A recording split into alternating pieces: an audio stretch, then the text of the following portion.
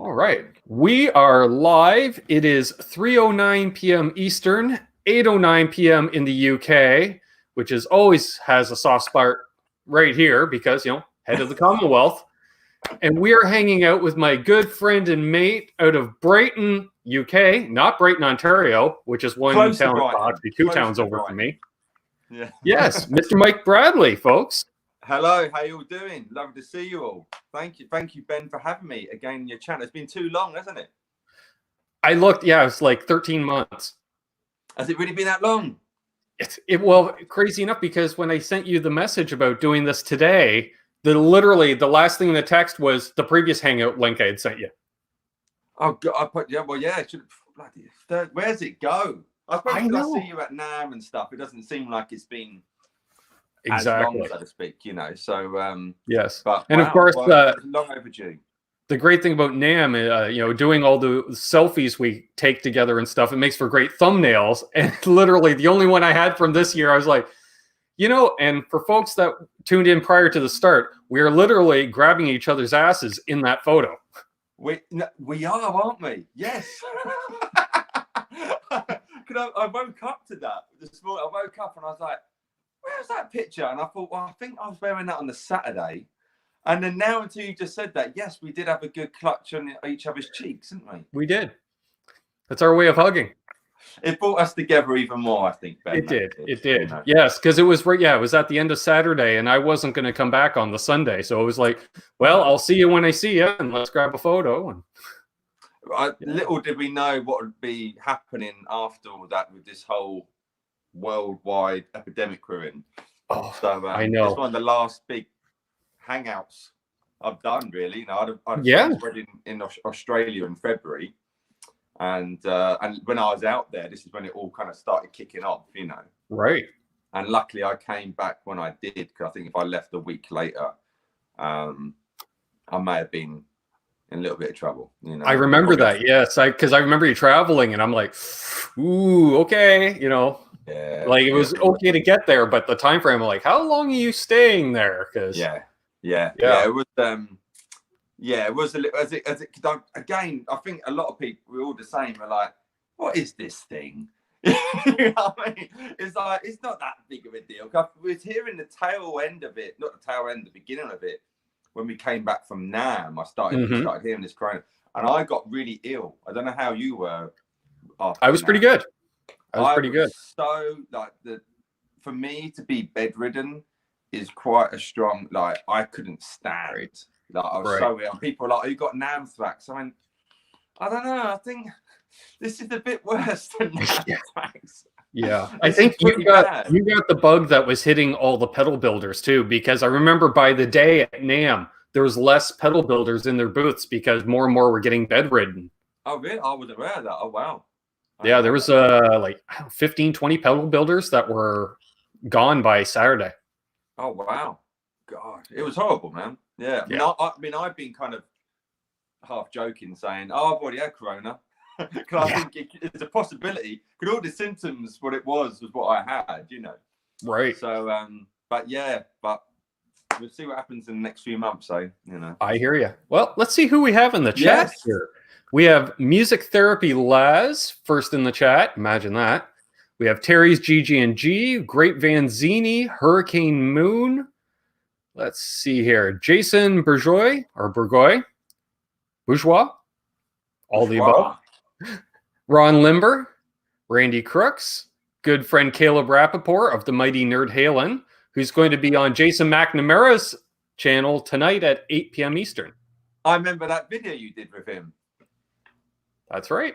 Yeah, it's a good video. That was a cool guitar. That was by far the #1 video on this channel now, because I'm not so surprised. He did a very good job. Yes. And what was it? The day I was flying home on the Tuesday, Caleb texted me because Van Halen News Desk posted that as one of the top 5 videos from NAMM. Amazing. Fantastic. That's what you want, isn't it? That's worth going to NAMM for that, isn't it? Yes. The funny part is when you get those little emails, though, from YouTube, they're like, hey, this video is doing really good. You should do more of the same. I'm like, okay, so apparently I need to have Caleb do all my gear demos. That's it, man. Or just get woodshedding, get the old tapping licks going. Yes. There's time for practice now, Ben. This is true. And, I do have a Kramer sitting here that, is all ready for it. You do, yeah. That's a good backdrop you got, actually, isn't it? I like that. I'm quite jealous of that backdrop. I try. It's all I have. My coronavirus backdrop I've got at the moment. Yes. Steve, we got interrupted. Caleb, Padded Pedal Room, Metalhead Hippie, Surfer Bee, BV Ninja, Legend, Hugh Caldwell, legend. Jamal Kareem. The last one was the correct one. So Bourgeois, Jason Bourgeois, I think. It's so great when I recognize other people's names as well. It's like, the lovely YouTube community we have here, isn't it? So. And I see a comment. Caleb says that's how the virus spreads. Ass grabbing. I mean, it's how some viruses spread.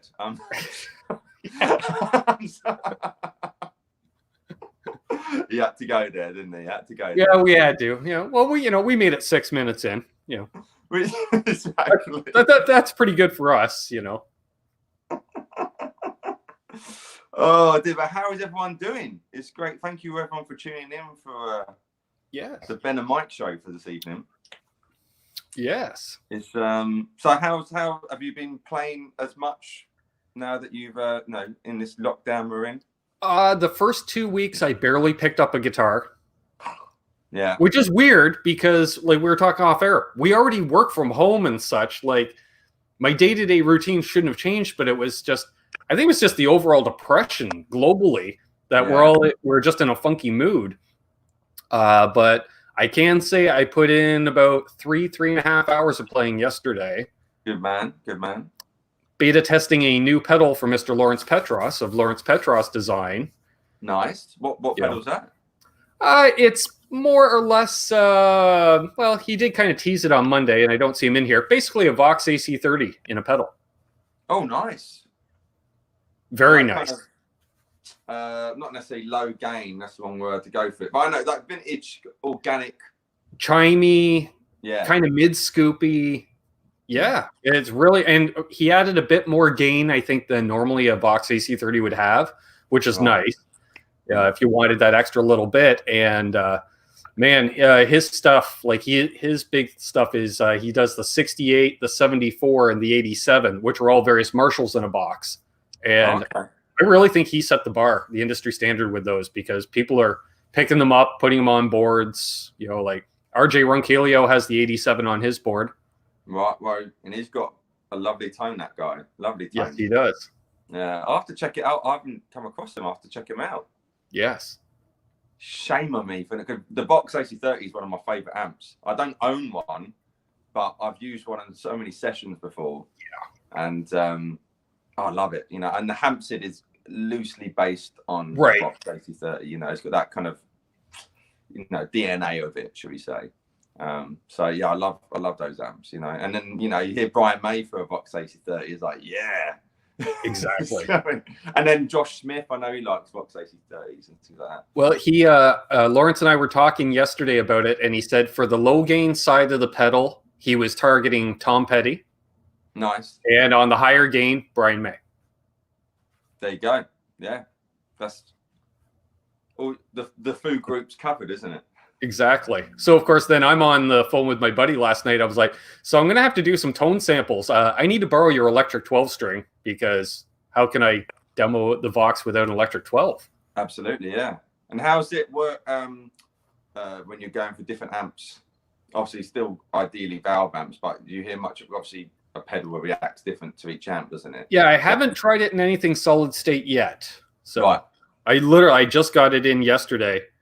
So far, just through the Fender amp, it's literally, especially when I set up clean, I was talking to my dad about it yesterday. And it was almost like I was A-Bing between, he thought I had an A-B pedal going between the Vox and the Fender. Oh, wow. No. Yeah, I don't know what sorcery he does, but these guys. I'll have to check one of these out, I think, won't I? That sounds pretty cool. Mm-hmm. The padded pedal room. Sorry, I just saw a name of someone there. AC15s as well. Yeah, they're great. Yeah, they're really cool. Yeah. Yeah, they don't make your ears bleed as much as the 30. Yeah, that's the thing, isn't it? That, you know, but it's the headroom now as well. Yeah. You know, because a lot of times you think, oh no, 100 watt to 50 watt, but it is a difference in those headrooms. If you're that type of player, you know. Yes. We used to joke, my best friend Richie and myself, we used to always joke the AC30 is the reason that guitar players started punching in lead tracks from the control room and not out in the gear room with everything else. Yeah, absolutely. Yeah, nice. When I've done recordings and stuff, and if I need feedback, the only way you can get feedback really is to go into the room, you know. But when I do that, last time I was using someone's 2 rock amps and they were sounding incredible, but I put earplugs and the cans on. Right. You know what I mean? 'Cause I've already got tinnitus anyway, so I've always got to be careful. But you know, when you've got an amp cooking like that with either or any kind of great valve amp, it's amazing. When you step foot in a room with an amp cooking that much, dear God. Oh, I know. Oh, and something else you'll be interested in. Yes. Mr. Lawrence, along with the package with the prototype, he was able to resurrect for me a vintage fuzz pedal of mine. Oh, nice. So this is a Japanese early 70s ripoff of a fuzz face that was only available in the Canadian market for like a couple of years, like 71 and 72. Okay. And it wasn't working. There was a variety of issues with it. He took a look at it. He's like, dude, it's a basket case. And he was going to send it back to me a few months ago. And he goes, do you mind if I just hold on to it in case he comes across, you know, I'm thinking it was probably the germanium transistors went in it or something like that. Yeah. And he came across whatever he needed. And he's like, I got it working. I was like, really? So, yes, I haven't plugged it in yet. I was saying, what's it sound like? Yeah, that's the thing. I've been busy. He told me he plugged it in, and like a fuzz face, you know, the fuzz dial, nothing from 0 to 9, and it's that last little bit, it just goes into chaos. And I went, okay. I said, so let me guess, I'm writing my volume pod on my Strat. He goes, yep. I said, perfect. That's what you want. Yeah. I've really, over the last, 6 months, I'd say, something like that, I've really got into fuzzes. And I finally found 2 I really like. You know, the fuzz called the pedal porn fuzz. Right. Which is incredible. And then one was even more incredible. Well, I don't know, let's just say more, but just as incredible was a fuzz pedal called the Haze 67. Okay. And it's a big, massive thing, you know, and they kind of write your name in it, all that kind of stuff. And at the back, it's a see-through plexiglass. You can see all the point-to-point hand wiring and stuff. Nice. And it is incredible. Both of them are great, but they like the pedal porn.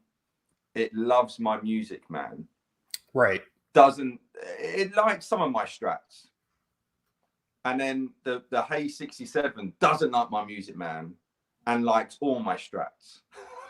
You know what I mean? And I say that because they're both single coils, and that's the thing with fuzz pedals. You've got to, you know, you've got to hunt them out. You've got to experiment, and because you might use one guitar, like be in a guitar shop, and you know, pick up a Strat off the shelf and plug into a Hot Rod Deluxe, whatever it is, and you come home and you've got a Marshall Blues Breaker or an Orange Tiny Terror or something. It's going to sound completely different, you know. So yeah, fuzzes, they're a tricky one, but when you find ones you like, hold on, but I can't. Those are my 2 favorite ones at the moment. Check them out: Pedal Porn and the Haze 67. Nice. Very, very. That was it's funny you mentioned that. You know, like certain guitars for certain pedals. I found running through this Vox that I find a lot of like amp in a box pedals that it doesn't matter what guitar you plug into them. Yeah. It sounds like that pedal no matter what. But this one, I could not believe the difference between single coils and humbuckers. It wasn't like, okay, it's more gain, what have you. Yeah. But it was like 2 different pedals.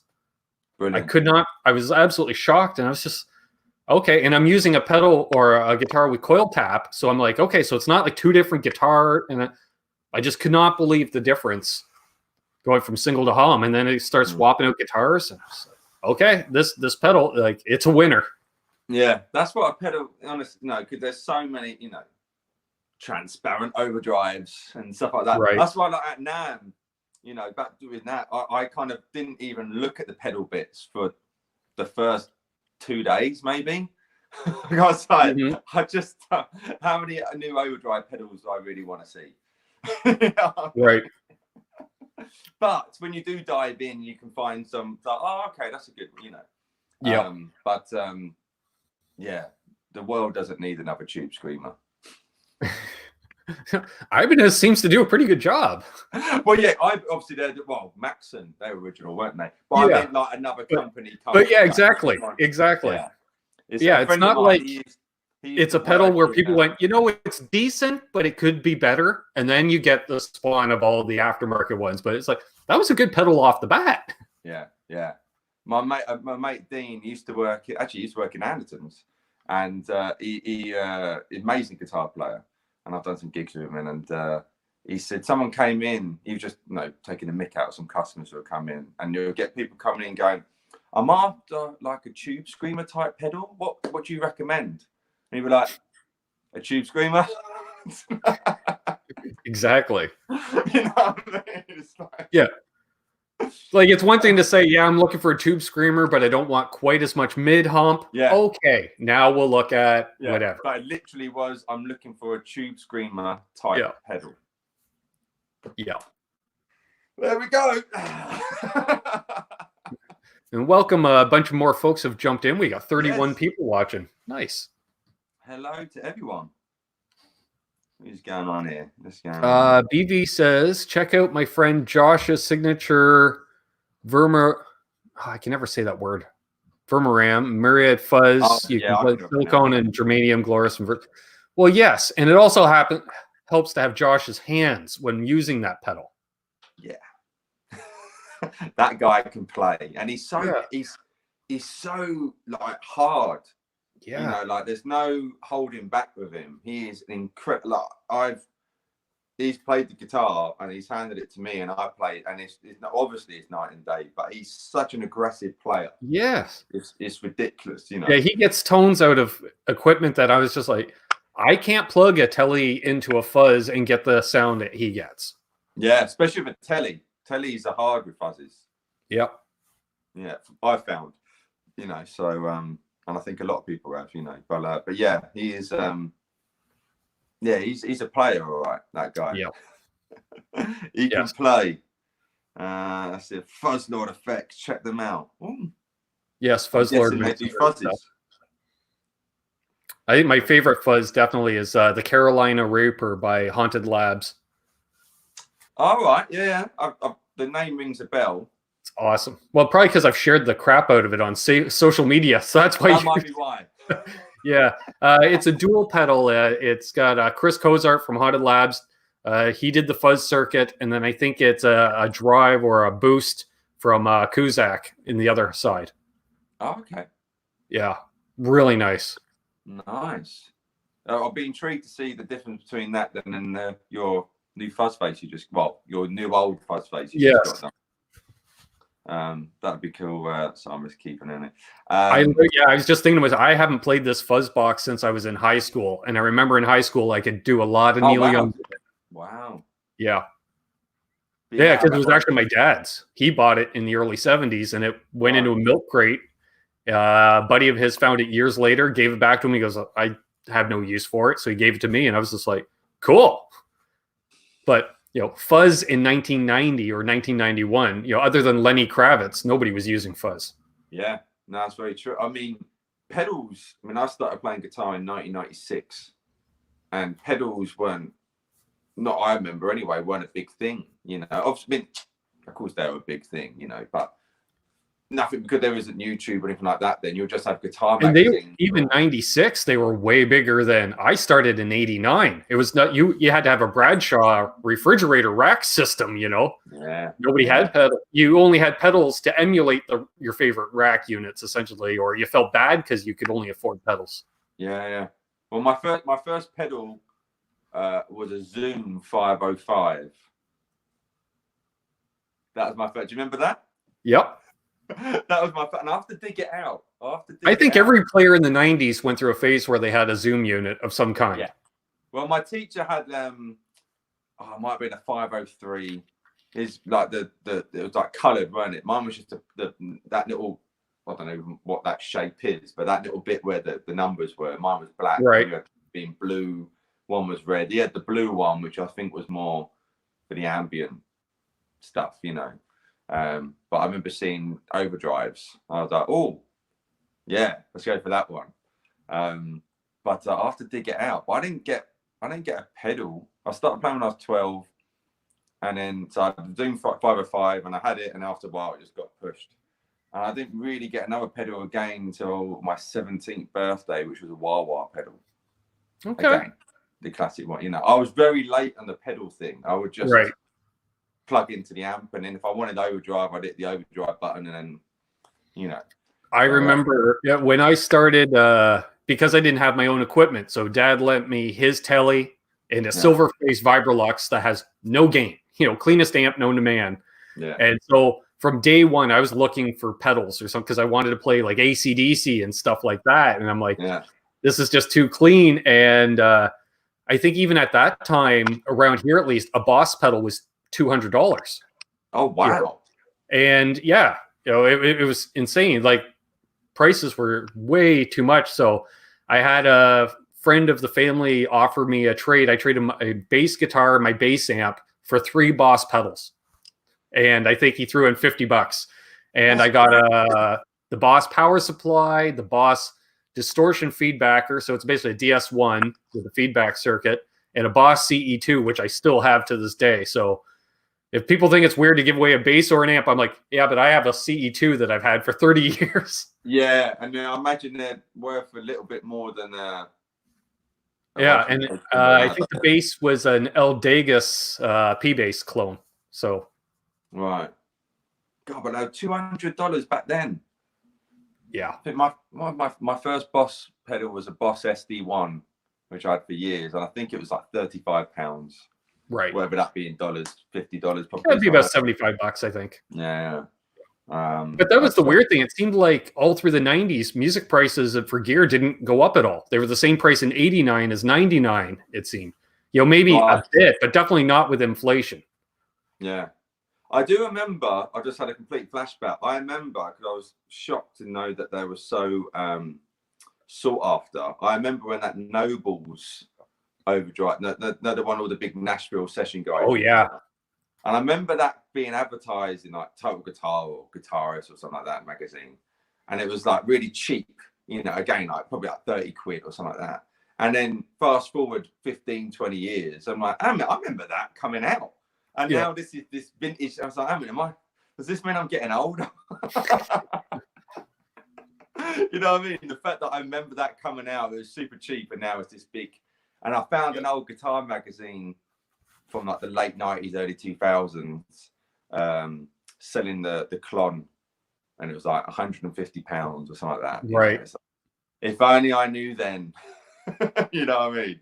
But, I know.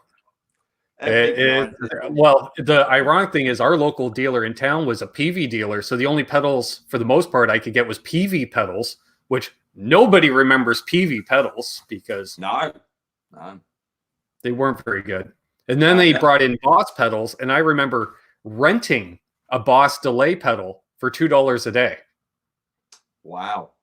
Yeah. God. Yeah. A Boss DD3, I think I would rent it for $2. You know, if we were playing somewhere, you know, high school, bunch of kids getting together or something like that. And I'm like, I need a delay. I don't own a delay. Oh, I'll pay $2 and rent it because I'm getting paid $5 for the gig. I'm still up. Exactly. Yeah. Would the shop let you keep it if you rented it for X amount of time to pay off for it, or they? Oh no. Yeah. No. The funny part was it didn't even get sold as used. It went right back in the showcase. But that was the good old days when, you know, in music store employees, they're all gigging musicians, so they all copped an attitude, you know, like one of those, don't even think about grabbing a guitar off the top rack. The beginner guitars along the bottom, you're allowed to touch those, and you're not allowed to plug into an amp. And man. I used to just go to guitar shops and just stare at them. And then eventually someone will come over and be like, "Oh, do you want any help?" You know, I'll be like, "No, Yeah. no, I'm fine." Because I was too shy to kind Yeah. of. I'll buy a pick. Yeah, man. I'd be in there for hours. Yeah. Not playing, just looking. You know, just in bewilderment. And then I'll get back on my bike and cycle the hour ride back or something like that again, you know. And it's like, oh, you know. I was thinking, I remember going, like, again, riding your bike, I think, you know, like, I don't know, 3 or 4 miles to the music store to buy one guitar pick and one single guitar string that I had broken. Yeah. Yeah, I've done that. Yeah. I do. That'll be $1.25 or whatever it was. Yeah. Yeah, it was a pound. Yeah, $1. It was £1 a string for one string. I remember at the time, you know. But back then, the packet of strings were about £3, £3, you know. So now they probably charge £2 for a string or something like that. Yeah. The Sharks. What's going on in the old chat here? I should. I see Angelo Ricchetti in here. Awesome. Good to see you. Hulu. Raphael Jesus was asking about a pedal that would work well with a katana. And BV was on it, like, because BV knows his pedals. Like, he knows it all, BV. He's a legend. He is. Hey, bro, my bro. Hello. Oh, I can't say that name. Blickjik Gitmut. Blackjack Guitar Nut. Blackjik Guitar Nut. Hello, buddy. How you doing? Hello to all. Headstock at Harem. That's how your screen name looks like when you used to have to go and buy like the letters you would put on your mailbox and they cost $1 each. So you're like, well, I'll lose a bunch of vowels. And I love it. Oh, dear. There's Adam D. DD3. Still have it today. Well done, Jason. That's nice. A good pedal. That's like an industry standard. Yeah. The DD3. You know, I've got one on my little board in the other room. I had one. I have had no interest of ever owning a digital delay. I'm very much an analog delay guy because I only use it for slapback anyhow. Yeah. But I had a DD3 came across. Somebody offered me one for, I think it was like £25. So I was like, done, just to have in case I need it. And then you switch bands. You're playing different covers, and we were doing a lot of Joe Walsh 80s stuff. And nice. You got to have that 3 to 4 repeat digital delay to get that sound. I was again, I've got that DD3 for like, I don't know, Christmas 12 years ago, something like that. And I'm still not a super fan of delay, but I like the very subtle delay. Yep. You know, so unless you're going for that big ambient thing and you want to hear it. But if I was to leave like Matt Schofield, for example, he'll leave it just a smidge, just to give a little bit of. Yep. And that's what I like about delay. It kind of just adds a bit of boom to your playing. But when you can, like, I'm a massive fan of Steve Lukather. Right. But when you can hear the delay keep going, it's like, oh, just turn it off. Yeah. You know what I mean? When it's just a constant delay. Well, I remember when I got my DD3, I always remembered in my head, Bonamassa's like, oh, it's the greatest delay in the world, said everything at noon. And then I did, and I was like, how do you play with this much delay? Yeah. I think with him, I remember that exact thing when he came along like in the mid 2000s, didn't he? And I dug out my old Boss pedal. I thought, I've known Bonamassa since the early 90s when he was a kid. Beg your pardon. With Bloodline, he was in the 90s, but he kind of got to fruition. He used to tour around this area. He's from upstate New York, just across the border. So we knew him as the kid prodigies. There's that cool documentary. It's on YouTube when he's in that band Bloodline, wasn't it? In the 90s. Really cool documentary. But I came aware of him in about, I don't know, 2004 or 5. And I saw about putting all the dials at noon on the DD3. And I thought, I've got a DD3 somewhere. And did it. And the exact same thing. I was like, I don't get it. But I think because he was using, at the time, he was using 2 amps. Right. I think he had like that wet dry thing, or maybe 3 amps wet dry wet, and I got a feeling that's got something to do with it. Where you got 1 amp with all the delay coming out of it mixed in with a dry amp, and I've got a feeling that might. Right. Don't quote me on that. Either that or like the only time you want that much delay, I'm playing the solo to Purple Rain or something. Yeah, exactly. Yeah, I want to be 1987. Exactly.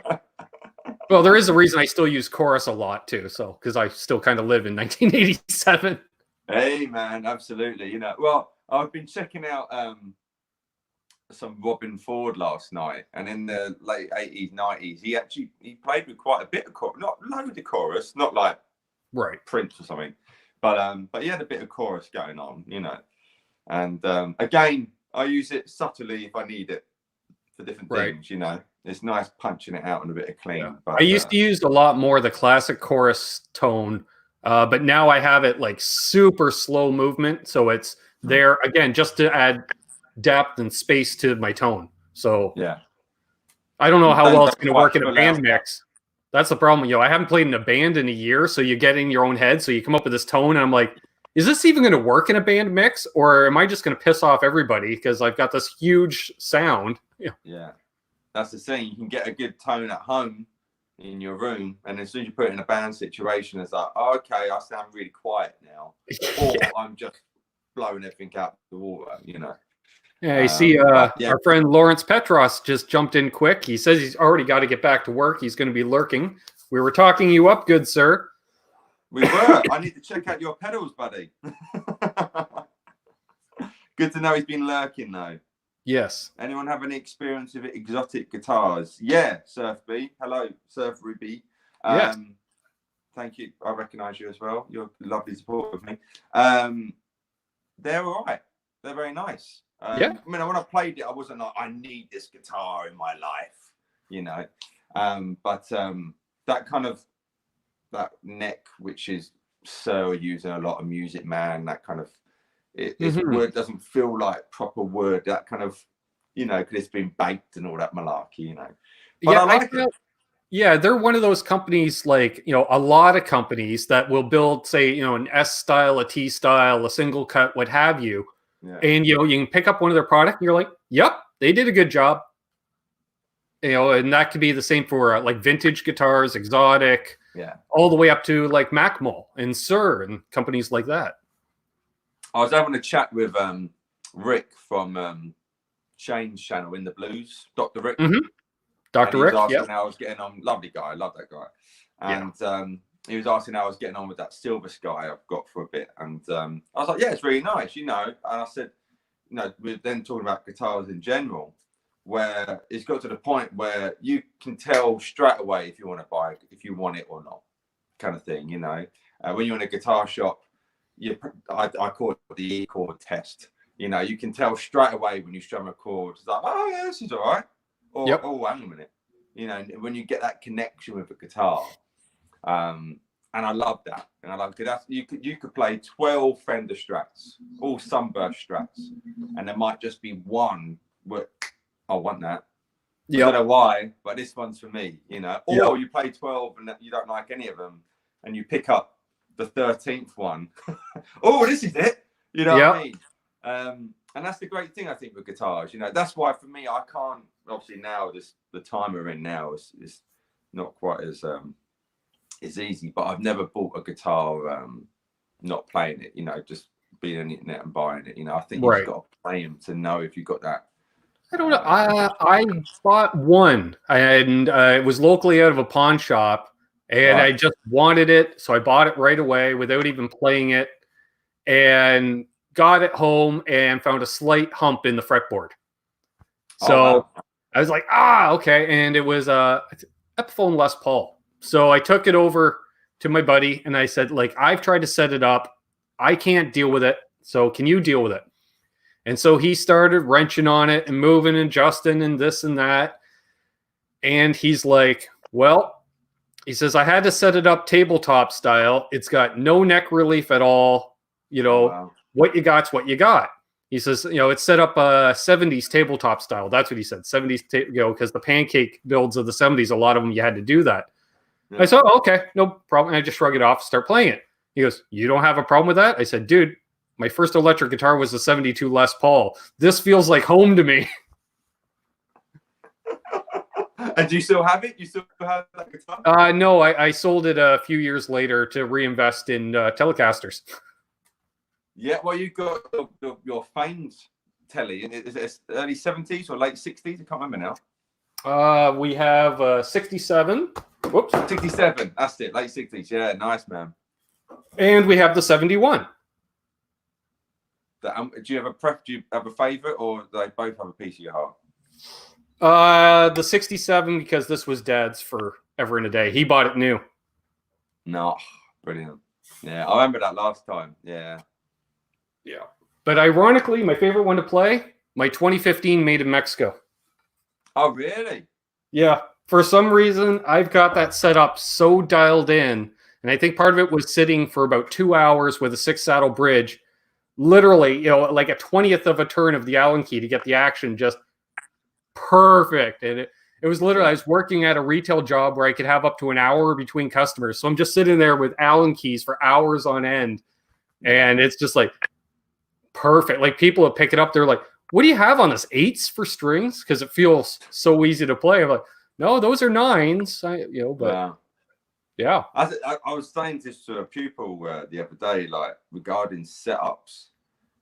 I'm not super savvy with tech stuff, but I can do truss rods and all that kind of thing. But I think when you go for a setup, you can take it to a shop, but they're then setting it up how they kind of like it, if you would. You kind of, unless you're with them, like regarding action, like that's a personal thing. So like with yourself, that you're spending ages, with the Allen key on the bridge saddles, whatever just like, no, I don't like that, and it can be a constant days later still doing it. But when you get it, it's like, okay, now we're talking. Well, and that's the thing. And I found I don't even need necessarily the perfect radius to match the fretboard. It might be I want the 2 middle strings a little lower, so you have a flatter radius. You don't know until you try something. Yeah. No, it's so important, that stuff, But again, we all have time, so have a tinker. Yeah. So the viewers at home. Exactly. Worst case scenario, you can look up the factory specs online and put it all back. Exactly. Yeah. I mean, I used to take pictures or making it a note of where such and such was, or I'd try and remember how many turns I made that particular way. So if I didn't like it, I knew how far to turn back, all these little nuances, But no, again, that's what's great about guitars. They're so personal, and you put your finger. I've been playing my tellies has all of a sudden become my main guitar at the moment. I'm playing it all the time. Right. And well, you seem to go almost phases with the seasons. There's the Music Man, Strat, Telly, and then I haven't picked up a Les Paul in a while. And then well, I've only got so many. I've got 5 guitars here because I've got basically back at the teaching house where I've got all my stuff kind of stored and whatnot. And so the house to go back doing my teaching and videos and things like that. And then so when this lockdown thing happened, I thought, I've got to pack up, I've got to get some recording on my interface and my speakers, pack all that, bring it here. And I thought, I can't bring all my guitars here. So I've got 5. Yeah. I've got Yamaha Revstar, the Angelico, which is kind of new, the Silver Sky, which Petross lent me, and then my acoustic. 345 and the telly 6. Because the acoustic was already here, so 6 guitars here. But the irony, I'm only using up 1 or 2. And that D'Angelico, I watched your video you posted today. That thing sounded nice. Yeah, I met him. I got chatting with him at NAMM actually, and I played on their booth with Andy Guitar.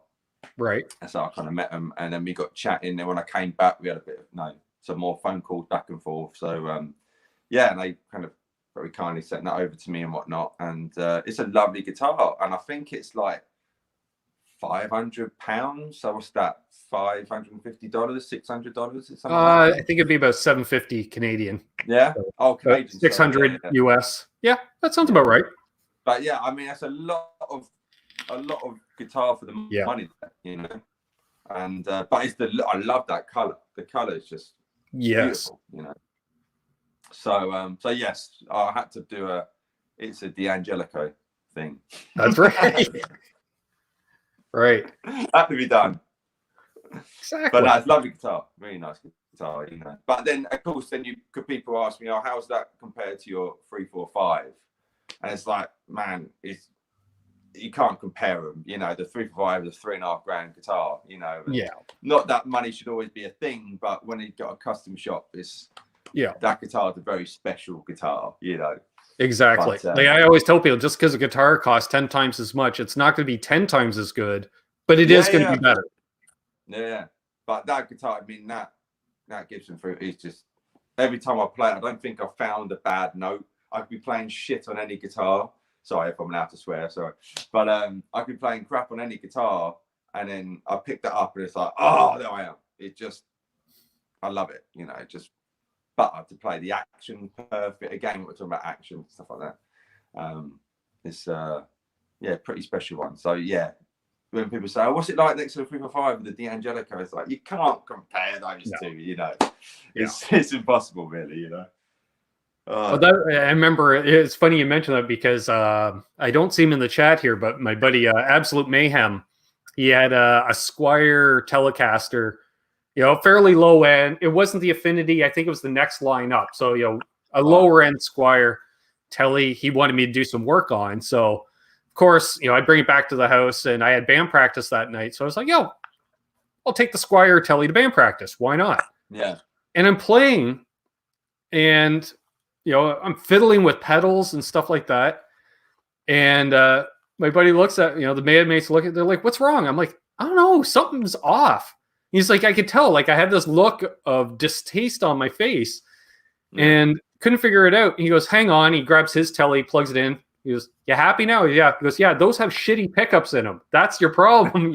You've lost your tone. Because it was like all my high end and gone. I was like, why am I so muddy sounds? Like I got a bad cable, something. He's like, no, you showing up with nothing but your classic tellies, because I'd bring them to band practice all the time and stuff. He's like, yeah, smarten up, buddy. I went, oh, right. Yes. Okay. Well, especially if you've got like your 67 and that, you know, that's a 50, I can't do the maths, 50-something-year-old, you know, 53-year-old pickups and that. And, well, actually, the 67 has EMGs in it, of all things. Oh, EMG, really? Yes. How'd you get on with them? I love them. It was actually, that was my dad's idea, because again, playing at stage volume through a clean amp. Yeah. He was sick of the 60 cycle hum at every other bar he played at. I can get that. I get that. Yeah. So, he had heard about these new noiseless pickups that were developed. Yeah. And I don't even think they're available in Canada yet. So he drove over the border into the US, and they've been in that guitar since, I think, 1985. Oh, wow. I mean, that's still 37 years. I know. It's crazy. So, are they vintage pickups at this point? You know? Well, isn't vintage 20 years old? I think classic is 20, but vintage might only be like 25. Yeah. And then a lot of stuff after 50, like cars, are considered antiques after 50. Wow. So my 96 Strat Plus, also next year, that will be vintage. Yeah. I know it's hard to think. Wow. Yeah. That's crazy. That is crazy. Well, yeah. Where the hell is it? My Strat. I was going to do some stuff to it. And again, a buddy's like, do you want to tear apart a classic Strat? What are you talking about? I said, I bought the thing used. It was only 2 years old when I bought it used. He goes, when'd you buy it? I went, 1991. 29 years ago. So that is full on a vintage guitar now. Yeah, just because I've never, other than I put locking tuners on it because, again, let's say, I think that was around 1993, 94. I took the guitar into a local shop to have them put a locking nut in it because I was sick of it going out of tune every time I used the trim system. And the guy looked at me and goes, well, first of all, there's no way I'm carving out for a locking nut in a Strat neck. It's too small. I'll snap your headstock off. He says, however, Clapton's been using these new locking tuners from Frizzell. You may want to check them out. And I went, good enough for Clapton, good enough for me, right? Exactly. So, yeah, I picked up a set of them, and they've been on it since, 93, 94. God. I just realised as well, I started playing in the mid-90s, and I remember reading about the 70s Strats and stuff. And that was like 20 years, 25 years, all that kind of stuff. So now it's the same equivalent now to Right. them, if that makes sense, you know, which is kind of weird to think that, you know, how I was viewing 70 Strats is now how you view 90 Strats. Right. And that 90 stuff, in theory, should be shooting up in value because the build quality was much superior to the 70 stuff. Yeah, I've been saying, I've got my Sunburst Strat, my main Strat, which annoyingly isn't here, but that I got that in 98 or 99, but it's a 96 Strat Plus, you know, right. gold lace sensor pickups and that. Yep. And I always say to people, if you can see one of those guitars second hand, get it. They are amazing guitars. And I was doing I was depping a tour and we were playing in Liverpool last year. We played the Cavern Club. I was really happy. There we go.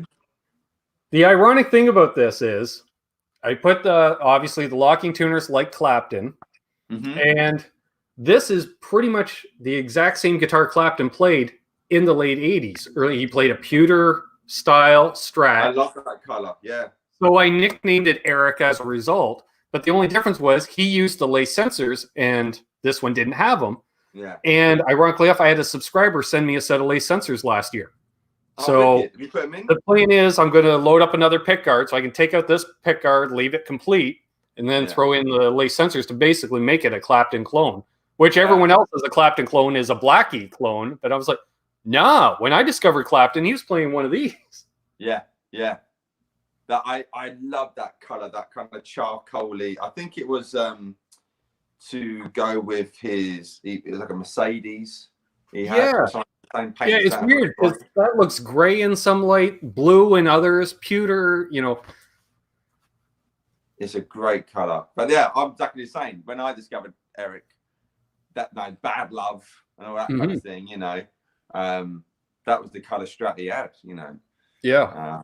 But when I was saying about my Strat Plus, I was playing in Liverpool when we had time and stuff like that, and I of course went to a local guitar shop, and hanging on there was a 1996 Strat Plus. It was my guitar, right? Same color, same everything, just less beat up, you know. And it was so Strat. And I took a picture. It was on my Instagram. I'll find it. I'll send it to you. You know, like it was.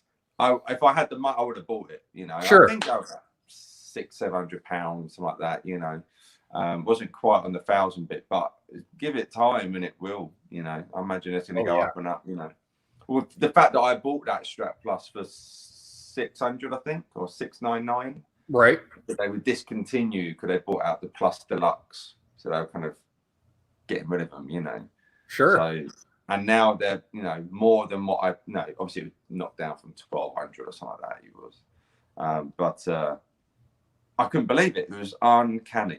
You know, sure. I've never first time I've ever seen it. Like, that was my guitar. Hang on, that's how I bought it. You know, 25 years ago, otherwise, you know. So yeah, Strat Pluses, man. I'm older than vintage. Of the seen Sean Zinnerman say.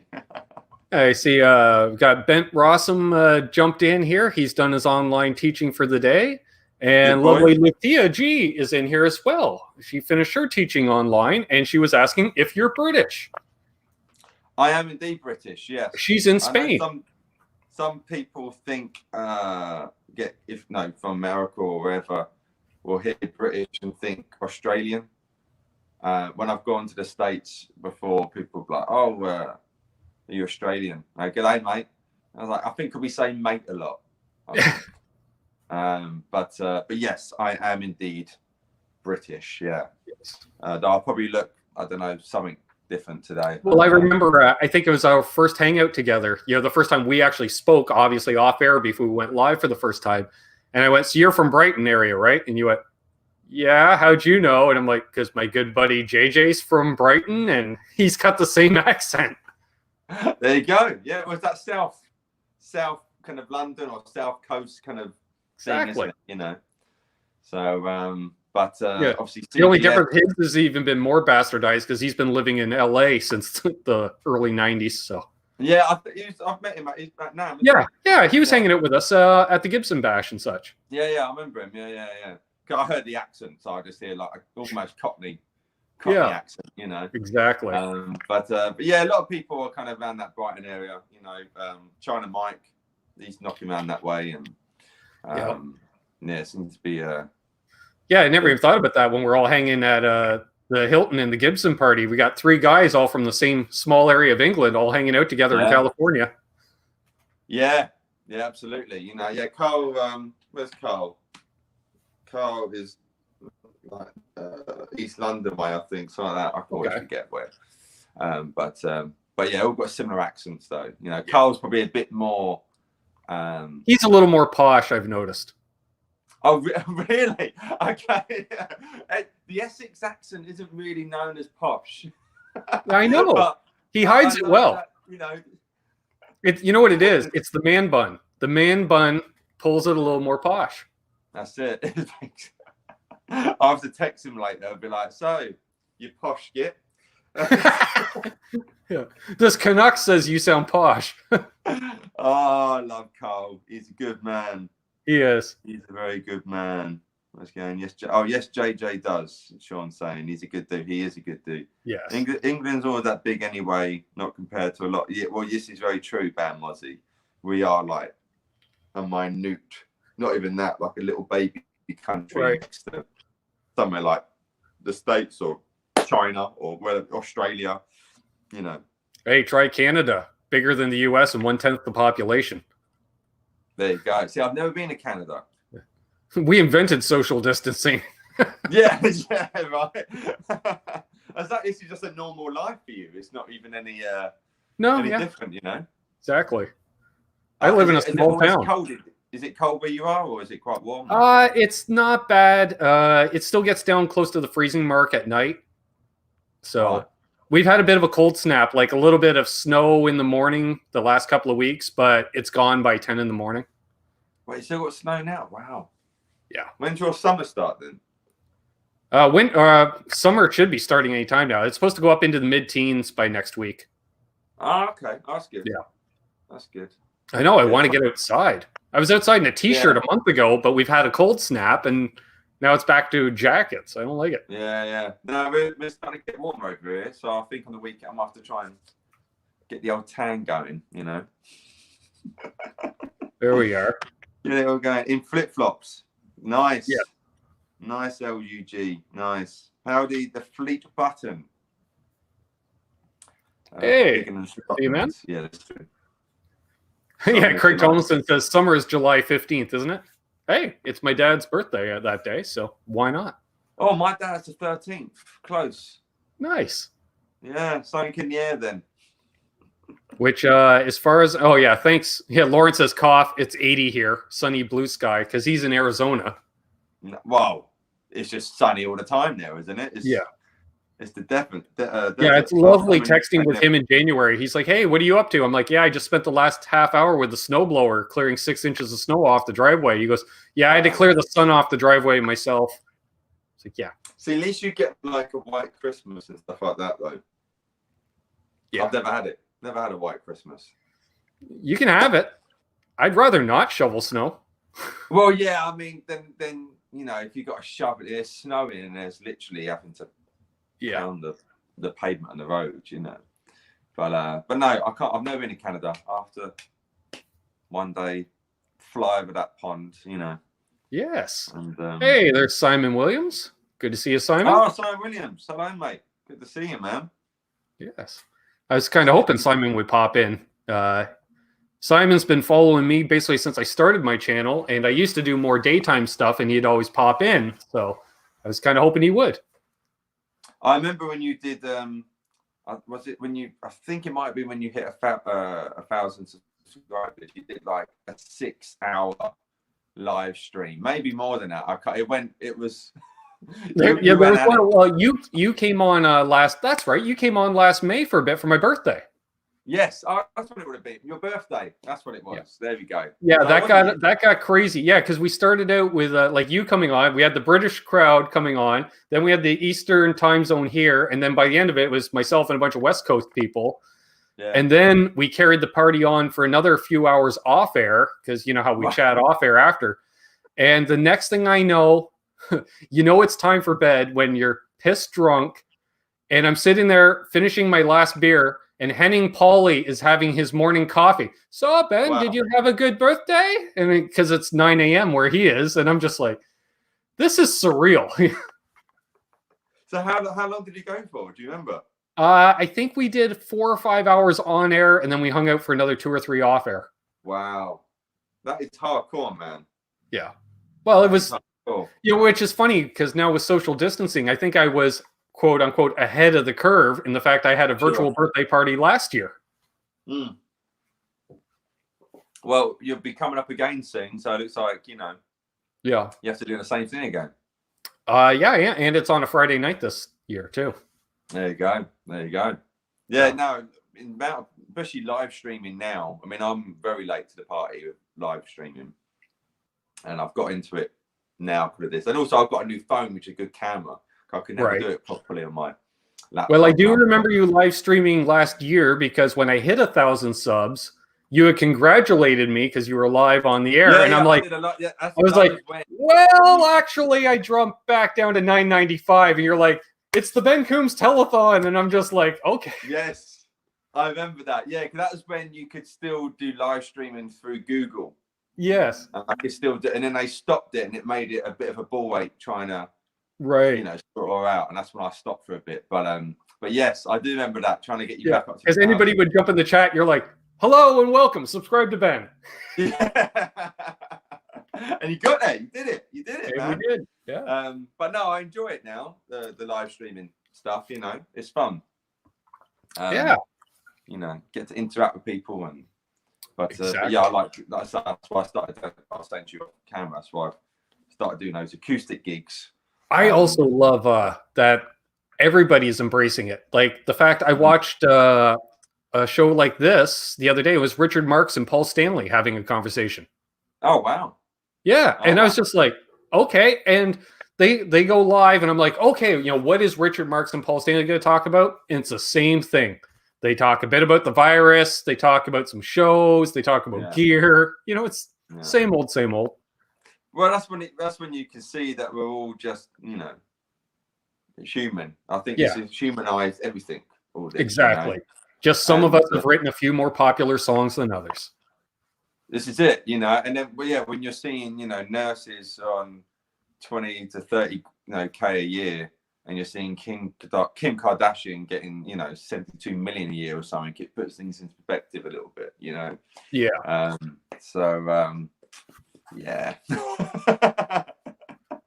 Simon Williams has been on video calls with the family. Nice. Yes, my sister's been video calling with my parents so the grandkids can talk with my parents and such. So nice. Yeah. It's good. That's what's been amazing about this whole thing. It's brought everyone together more. Yeah. People phoning. I'm phoning my nan up like every other day or something like that, just checking in. And, it's again what we were talking off air. Now looking at it, glasses half full. Trying to take a positive from this horrible thing. Exactly. Maybe learn from it for future stuff. That's right. But Ben Coombs is apologizing for being late. He says he had to teach school children. I think that's a very valid reason for being late. Oh, Ben Tom. I remember you from Saturday. I kept calling him Brent Tom. Yes. Hello, Ben Tom. Good to see you, man. My girlfriend was laughing about that name that I kept calling him Brent. She was chuckling. Hello, Morris.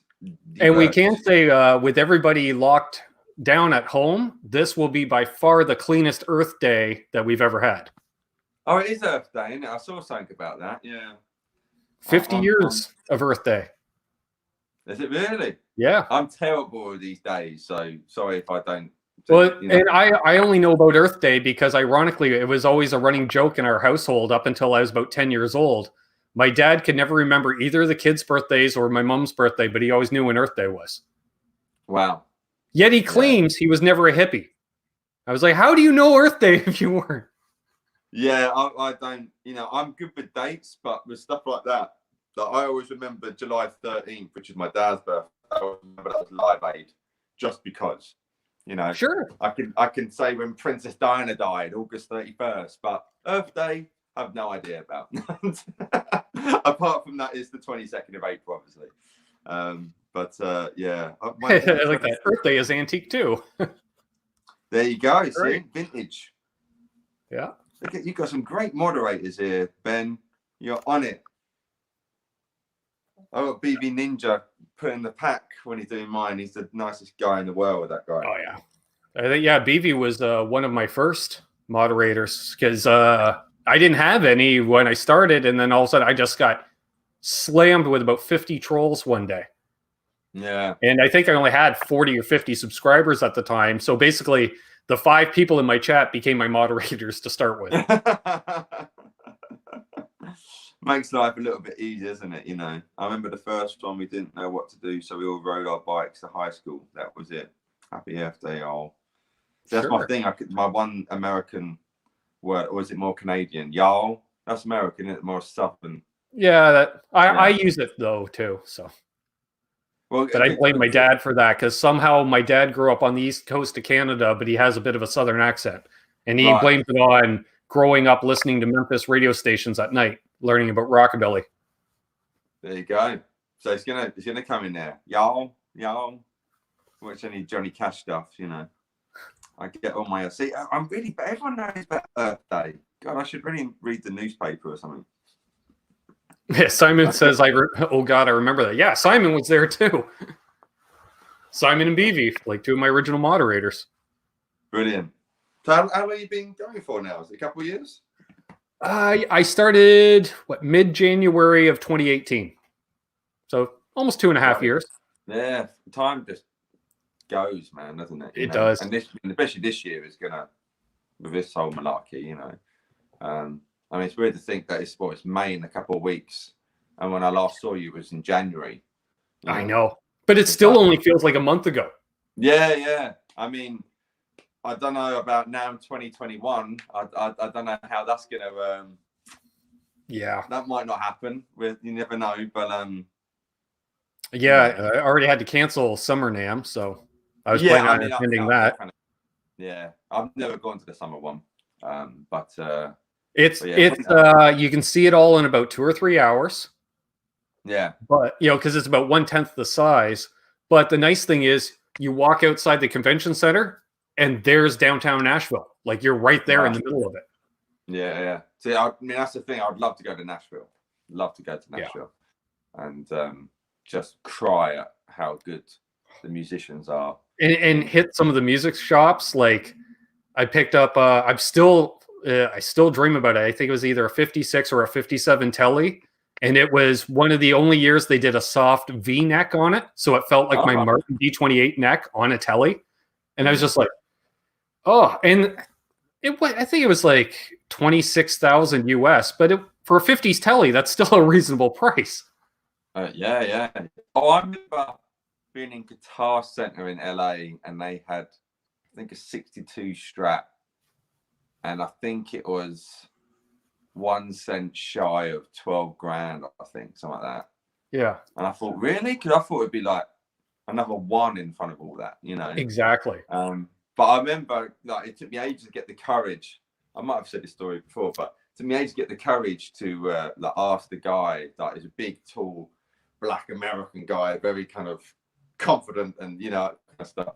And I was like, oh, excuse me, is it all right if I play that 62, you know? And kind of started playing. It just looked lovely, you know. It was like, it almost looked like it was a rosewood fingerboard, but it was the same tobacco burst as like Brownie, Eric Clapton's Brownie, right? More black with a bit of brown. And I remember get it off, and I was like, oh.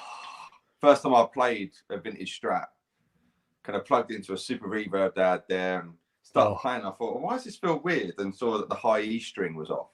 I was like, you're charging 12 grand, you can't put a new bloody string on. Well, yeah, really. Yeah. You know what I mean? That's like, but it still sounded lovely. Still sounded incredible. Sure.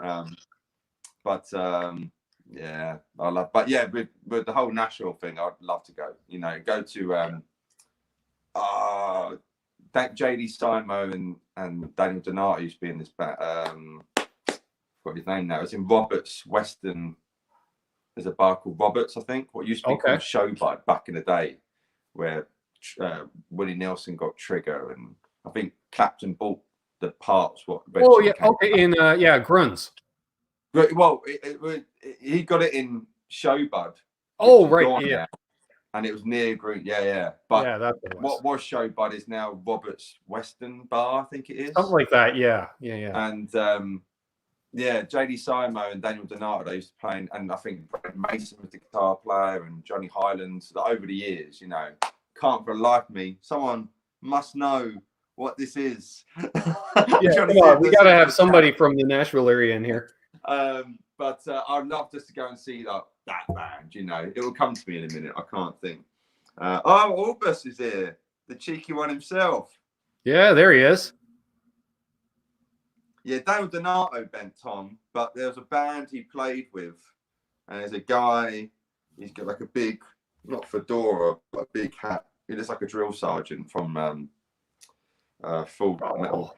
Oh, it's annoying me. Then I see it's great until you remember what it is. I see a big hat. I think Doyle Brummel. No, I'm gonna have to Google it. No, I'm gonna Google it because it's gonna annoy me. Hey, there. See now, Brack Stubblefield, who lives just outside of Nashville. He's like, you're right. It's Roberts. Yeah, Roberts Bar, and it's a band. The band they have in there. The guy, he's had it for ages. The house band. Someone's like a house band in there. Oh, let's go back in there. JD Simo, Roberts. Hello to Absolute Mayhem. Good to see you in here.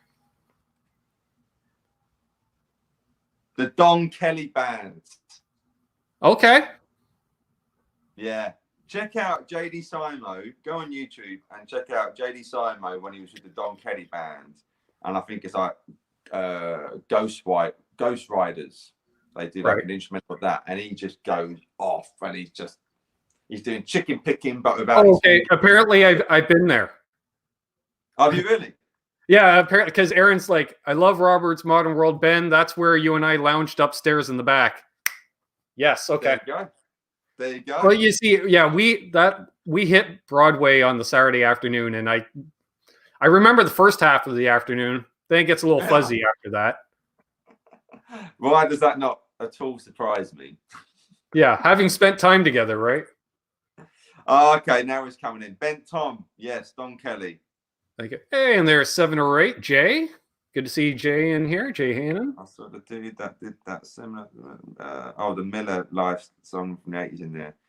Yeah, JD Simo, Daniel Donato. Yeah, a load of people at that gig with Don Kelly. That's like Brent Mason played with him, Johnny Highland, I think Guthrie Trapp, and Red Volkart. Like just amazing guitar players, I'm not sure who he's got at the moment. He's probably got some new hot shot, guy or girl. But that's right, Jay. Wash your hands. Yes, that's the thing. The only thing washing your hands so much, your hands are just dry as a bone, isn't it? Yeah. I did see someone. It might be new when the Corona thing started. They did like a meme of like NAMM, the convention center went to NAMM saying, if you can survive this, you can beat Corona. Or something along those lines, Yeah. Which is very true. Yeah. And then, I did a post Saturday. It was a little crazier than usual doing the grocery run. So I literally said, going grocery shopping is like hitting the NAMM show. Long lines, can't find everything you want to see. And chances are you're going to get sick when you come home. Yeah, that's pretty much, yeah. Yeah. Which, I got a few sad emojis. A bunch of people liked the post, but every musician that attended NAMM is doing ha ha ha ha, or they loved it, or because they're like, yep.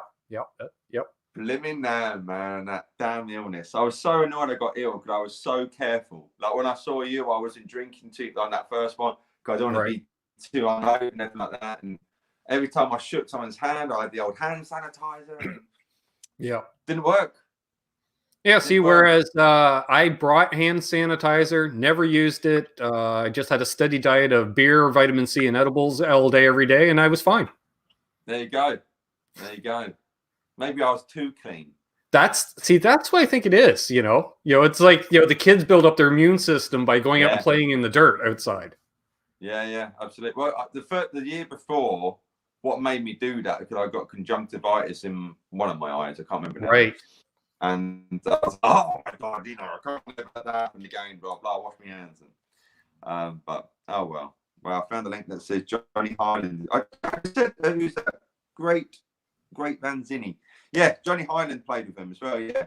I was like, Johnny Highland, off the top of my head, Red Volcart, Brent Mason, JD Simo, Dame Donato. I'm missing someone as well. Guthrie Trapp. He's had some killer guitar players in that band, the Don Kelly band, and it's just wall out country guitar solos, the whole thing, you know. Aaron there says Ben can't get sick. He's a plant. He just slightly wilts. Well, that could be a good thing. Well, no, I think I told him it's my body goes onto autopilot, you know, from doing road gigs and stuff. So it's like it knows it's not time to fall asleep yet. It's not time to recuperate. So I just go. And then it's literally the drive home from the airport. I can feel my body shutting down. You know, it's just like, okay, here comes a runny nose. Okay, yeah. Because it's like your bed is 2 hours away. And then sure enough, the next day I get up and I'm just done. Yeah. I know, man. I know. It's a tough world out there, isn't it, Ben? Yeah. Yeah, those lovely, you know, well, you know the type, the 20-hour days where you're up, you do work all day, and then you go and you gig all night, and then you still, well, do we stay here or we do the 2-hour drive back home post-gig, and you get home it's almost a 24-hour day. Oh, I know those days very well. Yeah. Yeah. And that's when it makes you think, like, should I really be doing it? No, not should I be doing this. Like, I can't believe I am doing this, you know. Especially when you're doing those 12-hour drives and stuff like that, like round trips and stuff. Yeah. But you never think of giving up the music. If anything, you think, I should probably give up that day job. It's really cramping this. Yeah. The day job being the driving. You know what I mean? If I could just teleport to each gig, it'd be fine, you know. But yes, as we say, gigs will be off the menu for a while, won't it? You know. So that's why we have the virtual busking, as we were talking off there. Get out there, play those sets regardless, right? Like you said last week, you're like, I made a set list. Yeah, I've still got it somewhere. Yeah, I'm gonna. And I'll tell you, I think next time I might just try and change it up, do a bit of gig, and also I don't know, just keep it popping. Might do a little quiz or something. Here's a question for you: Do you keep a lot of your old set lists? No. Okay. No, because I've done that where I found a bunch of old set lists, and I'll be doing a live stream, and I always find it fun to pull out a set list from, you know, say 3 or 4 years ago, and it's like, do I even still know any of these songs? Yeah. And you're thinking, I used to play them every week. Yeah. And then all of a sudden you're like, yep, not a clue.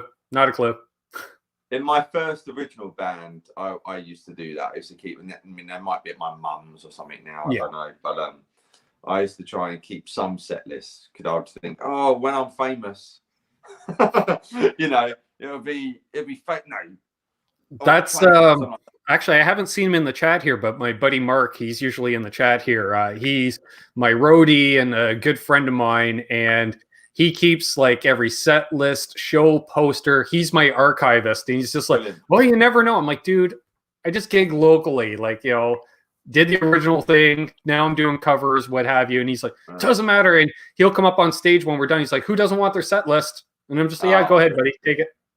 Yeah, that's sweet though, man. That's really sweet. Yeah, you know, have people like that. But yeah, no, I don't anymore. You know, I play in a lot of different bands as well, and the session things and stuff like that. So I'd have set lists all over the place, you know. But but no, I still have the one from Saturday night. Nice. My indoor acoustic gig one, you know. But I've got to be careful though doing the covers, because yes, the monetization thing and all that malarkey, you know. That's where I'm lucky. I find if I only noodle about 45 seconds of a song, I get away with it. Yeah, well, I only got flagged on 2, which is fine because I'm sharing the monitor. No, which is still going to be peanuts anyway, you know. But I'm rightly so. They wrote the songs, but that was I did "Don't Let Me Down" by the Beatles and "Bold as Love." Like the 2 all got flagged. Yeah. But oh yeah, Beatles are usually good for getting flagged. Yeah, but that's fine though. But when you get a video banned or they take all the monetization, It's like, wait a minute, why? You know, I remember I did a video. I posted it a couple months ago now. It was like behind the scenes at Fender. It was called. Because just before Christmas, I did a cool thing actually with Carl Golden and my mate Adam, and China was there as well, and we did a cool video. So I did a little behind the scenes kind of Fender thing, you know. And there's one bit I fell in love with that black Strat there. You know, we were talking about you play a guitar and you know, like that. Sure. I wish I could get that guitar. You know, I just couldn't afford it, man. But and they annoyingly won't give it to me. You know what I mean? Like, come on, Fender. But there was a bit I wanted for when I was editing it in the music. I wanted like that Barry White song.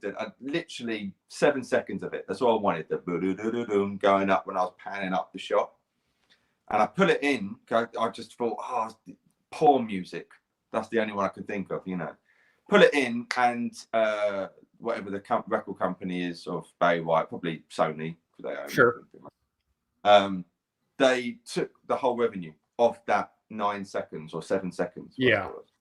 Yeah, I do get a kick out of it when you get those letters like, yes, you know, it's the shared revenue. So between this timestamp and this timestamp, we're taking your revenue. So you work it out, and it's like 1 or 2 minutes out of a 1 hour live stream. Yeah. Okay, well, that's about 3%. Yeah. Have those fractions of a penny. Oh, man. Well, luckily, I mean, I had it, I uploaded it the day before it was going live. Right. And so I was like, no, I'm not having that. I thought, I'll just let it go. And I thought, no, you know, why should I take my little bit of capital I'll be making? Exactly. So I pulled it, and I found like something in Final Cut, which actually was quite, it's in the video now, whatever it is, you know, a cool little similar thing. And then put that in instead, you know. I thought, no, Sony, you are not getting anything for 7 seconds. I'm all up for sharing. You know, right, again, I'm using someone else's material. Completely get that. It's when they take the whole thing. Rick Beato did a good video on. Yes. I think Led Zeppelin, or it might have been Led Zeppelin. I can't remember now. Yeah, it was Led Zeppelin. Yeah, they basically took his video. Yeah, and it's like, it's, you know, it's the fair use and all that kind of stuff. Again, I'm happy. No, I think rightly so. It should be shared equally and, you know, portioned up. But when you're getting and taking the whole thing for that specific thing, like I'm starting a new. I think it should be a percentage, the same as if you were to record a Beatles song on an album. They're going to get, you know, they're going to get songwriting credit, and therefore they get the songwriting cut of whatever percentage of that's going to be. Yeah. It should be the same way. Okay, you know, you played this band, this band, this band, this band. Okay, well, they're each getting a little piece. Okay, well, fine. No, absolutely. Everyone should get their fair dues, you know. But when you're taking the whole thing, it's like, come on. Like, I'm starting a new series on my channel because a little was it premiere? Not premiere. What's the word I'm looking for? Newsflash. Well, I can't think of the word I'm thinking.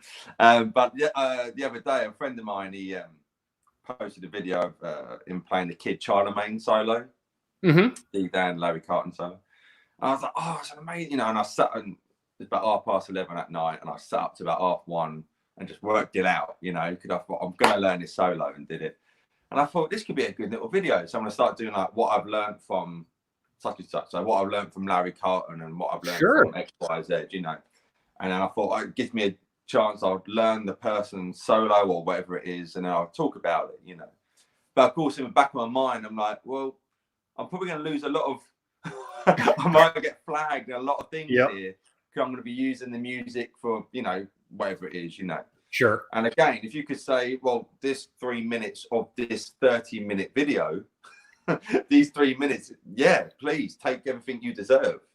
But let me have my 27 minutes out the three, you know. Well, I can say the ultimate funny thing about that is, you know, I do a fair amount of pedal demos as well as yourself. And so there was a 70s Canadian hit that there was phaser all over it, right? So, you know, blatant use of phaser. So I use that riff in most of my phaser demos. and I got nicked once on it, which I consider a compliment because that means I played it well enough for them to even. What is it? Yeah, that's what I thought with the Beatles thing. I thought, oh, I sang it all right then. Yeah, exactly. And then, ironically enough, the writer of the song from the band Gatto, for the Canadian viewers, I ran into Greg Godovich from the Gatto band at an event last year. And I was like, oh my God, it's like this cool 70s rocker. And I told him, I'm like, yeah. He's like, nobody knows who I am anymore. I said, dude, I play this riff every time I do a phaser demo. And he's like, really? I said, yeah. Like, it's a cool riff. I love it. And he's like, that's awesome. I said, no, I got dinged for once on copyright. He goes, if it was up to me, he says, unfortunately, I don't even own the rights to that stuff because he sold it years ago. And he's like, if it was me, I'd give you a free reign because he saw it as, hey, you're getting my riffs out there. Yeah. And so he was really cool about it. And so he's like, yeah, if anything, just kind of do this. I'm like, oh, okay, thanks. And I haven't been nailed since, but he just got a kick out of the fact that, and I thought, well, yeah, let's talk to some of these artists, and going back to Led Zeppelin, used to be, Led Zeppelin, major crackdown. But even I remember reading a news article a year ago on that where Jimmy said, hey, back off, do the shared whatever. Yeah. Oh, I just lost you. Uh-oh. Oh, we're back. Yeah, I see you. Oh, okay. I lost down then for a minute. Sorry, yeah. I was going to say, actually, we're almost out of time. We should probably wrap things up. I told the family I was only going to go live for an hour and use up all the internet. Have we got an hour and 20 already? That's the thing. Yes. We start talking about this stuff. But my mum does say hi, Mike. So. Hello, Ben's mum. She loves you. Doing? That's it. And your sister as well. Say hello to your sister from me. Yes, I haven't seen her in the chat here, so I'm guessing she's busy with Sam. So. Yeah. Well, what time is it over in Canada for you now? 4:30. Oh, it's not much. It's not as a bigger time difference. 5, 6, 7, 8, 9. Yeah, 5 hours. Not too bad. Not too bad. What's going on in the old chat here? Wolverine just jumped in, and Robot Mess Switch says people like it when you go long, Ben. I understand that, but the rest of the family doesn't. Yeah, right. Yeah, it's been good though. No, thanks. No, say we should do it again, man. Not let it go 13 months. I know. Well, especially now, I think I'm going to do more of these daytime things. So definitely. Yeah, I suppose it's getting that time difference, isn't it? So obviously for you, it's the afternoon, evening over here, and then. Was it Australia is 7:30 in the morning? you can't please. Yeah, Pete Hickson's like 6 a.m. here. Yeah, so it's just one of those things, isn't it? That's again with the whole YouTube thing. It's like, when's best upload? During the day, time wise, you can't win. It's the old drinking saying. It's 11 o'clock somewhere. Yeah. I started doing uploads at 6 a.m. my time. So that way, when I get up a few hours later, I have a few comments to answer with my morning coffee. There you go. That's a good way of thinking. Yeah. And then 6 would be like 11 midday, something like that. Yeah. So they show up at 11 a.m. in the UK, noon in most of Europe. So, yeah. Good way of thinking, man. Good way of thinking. I try. You try well. Marty V says daytime over there means EU evenings here. Yes, exactly. And that's actually what we were doing about last time you were on. We did it this time of day as well. I remember. Yeah, it was about this time, wasn't it? Yeah. So it's 9:30 at night here now. Yeah. So I expect it because the lady she goes to bed about 9:15. she's an early riser and goes to bed late.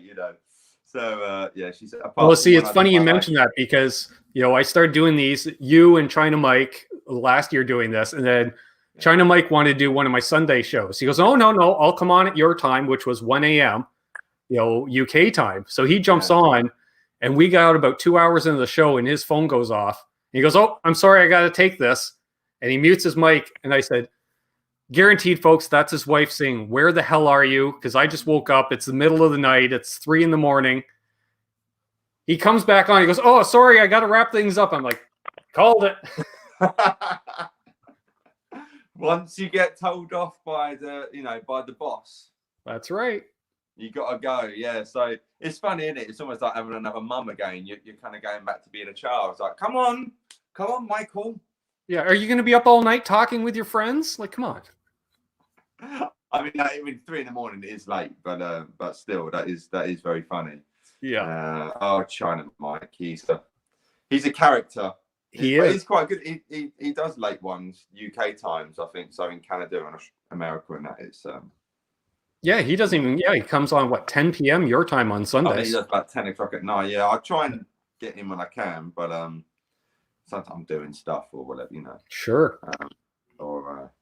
But yes, he's a character. What's happening, hippie? I think that's to you. Well, it might be to me. I don't know. Good shows lately, but I can't comment from Apple TV. Damn Apple, man. Damn Apple. We love to hate them. We really do. Yeah. Oh, dear, exactly. Man. But no, thanks for having me again, man. It's lovely seeing you as always. Always a pleasure. Natter. Yes. Fingers crossed we'll see each other again in January in person. Yes. Who knows, man? It'd be great, you know. I'm kind of, it's my thing. It's all our thing now. It's like every January, NAMM time. Well, it's Disney World and a family reunion all in one. Yeah, absolutely. You know, but yeah, we've got a bit more this year to go, so I'll see what happens. But hopefully, are you in isolation over there? Are you? Oh yeah. Yeah. It is yeah, I think I'm on week 7 myself. Oh, we're week 5. Yeah. Well, I started a little earlier too because both my parents are high risk because mom's due for a liver transplant in the next month or 2. So. Oh wow. Yeah. So I'm the only person that goes out. You know, that's it. Nah, good man. Well, I've done my best to your parents. You know. I appreciate that. I mean, I've stopped watching. To be honest, I've stopped watching the news and stuff, or if I do, very occasionally. And you kind of get the point in the way until you go out and you're seeing people with masks and walking over the other side of the street from you and all that kind of stuff. You know, it's like, oh shit, this stuff is happening. You know. Yeah. But I vowed not to shave until it's over. So I'm dreading to think. Hang on a minute, how long is this going to last? It might just slowly start, you know. So hence this look at the moment. I thought, it's the one time I might be able to get away with this. I'm not going to shave until it's over. See what happens. Well, I watched Samurai Guitarist just before we got together, and he's thinking September. So for the sake of your beard and for the sake of Laura, let's hope it's not September. Yeah. I hope it's not September. I mean, they were saying when it happened, they were kind of saying June, you know, or at least let it be eased off, you know, we can go out kind of thing. Yeah. But let's just hope everybody does a slow rollout. Let's not all of a sudden, you know, today it's closed, tomorrow everything's open. Like, let's just open a couple things here and there. Yeah, exactly. Yeah. And I really hope they do that, you know, but with and Under the Wire with Ben Tom. Please stay safe. One of my school students lost 2 grandparents in 1 week. Oh, that's terrible. Wow. That is terrible. Ouch. Good old Ben Tom. He's a good man. Good man. He is. He and I talk almost every day. Oh, no, he's lovely. Not Brent Tom, Ben Tom. That's right. Yeah, I met him through RJ Ronquillo. Oh, did you really? Oh, cool. Yeah, they went to college together. Oh, wicked. I was so I was messaging RJ because we didn't get to meet up at NAMM. And really annoyed because I'd love to, you know, to have seen it properly. But next time, that's right. He's a good player, really good player. But no, I send lots of love to your family, Ben, and to everyone else's family. You know, it's well, and to you and Laura and Andy and the rest of your family. Thanks, man. Yeah, no, I appreciate it. No, it's a funny old time, and but hopefully we can all take something from this and. When we're over it, kind of take the positives and have the community and phone up your nan or your mum or whoever, your dad, whatever it is, exactly. And checking on that friend you haven't spoken to for a while or something. I was just thinking that. Yes, I've done that quite a bit. I'll just scroll through your text, a couple fast scrolls, so it goes back about a month, and then text that person. You see. Yeah, no, and they appreciate it, and it's. I think some good stuff will come from it, as well as it's obviously a really shitty time, like people are dying, which is terrible. But, just try and take any little positives we can. And that's right. We will see. We will see. But fingers crossed, not September, because God knows what I look like. Yes. I'm so Billy Gibbons. You'll look like Billy Gibbons. That's what you'll look like. That's it. I was looking at some pictures of George Harrison, you know, when he had that kind of beard thing going. Lucky I got my hair cut just before this happened, you know. Right. But the sad part is I was going to get a haircut just before this happened. Oh, really? Not a lot, but just enough because when I play, my hair gets caught in my guitar strings. That's why you got my hat. Yeah. Yeah, or a bandana or something. Yeah. No, I'm sorry, I've got a little trim, but yeah, we'll see what happens with this. Very much so. Well, folks, thanks everybody for tuning in. I appreciate all the views. Thanks for the donations. If you're new, please subscribe. Returning, you know we love you. We've had moderators posting links to Mike's channel in case you haven't already subscribed to Mike. It's also down in the description down below. Definitely check it out. He's been going live every other Saturday doing acoustic sets, as well as putting up demos and song lesson ideas. I like calling it lesson ideas because you'll take a topic, but it doesn't come across as a lesson. You're kind of like, hey, buddy, did you know how to do this? I'm like, no, I didn't. Exactly. That's exactly how I like it coming across. Yeah. Like you're with your mate, you know? Yeah. Exactly. So thanks, everyone. And as always, hold those doors open so they don't get infected. Let that guy in ahead of you in traffic, even though there isn't any traffic. But still do good things and good things will happen to you. Karma is real. We're living the dream. I hope you are as well, folks. Be well, be safe, and be good to each other. Amen, man.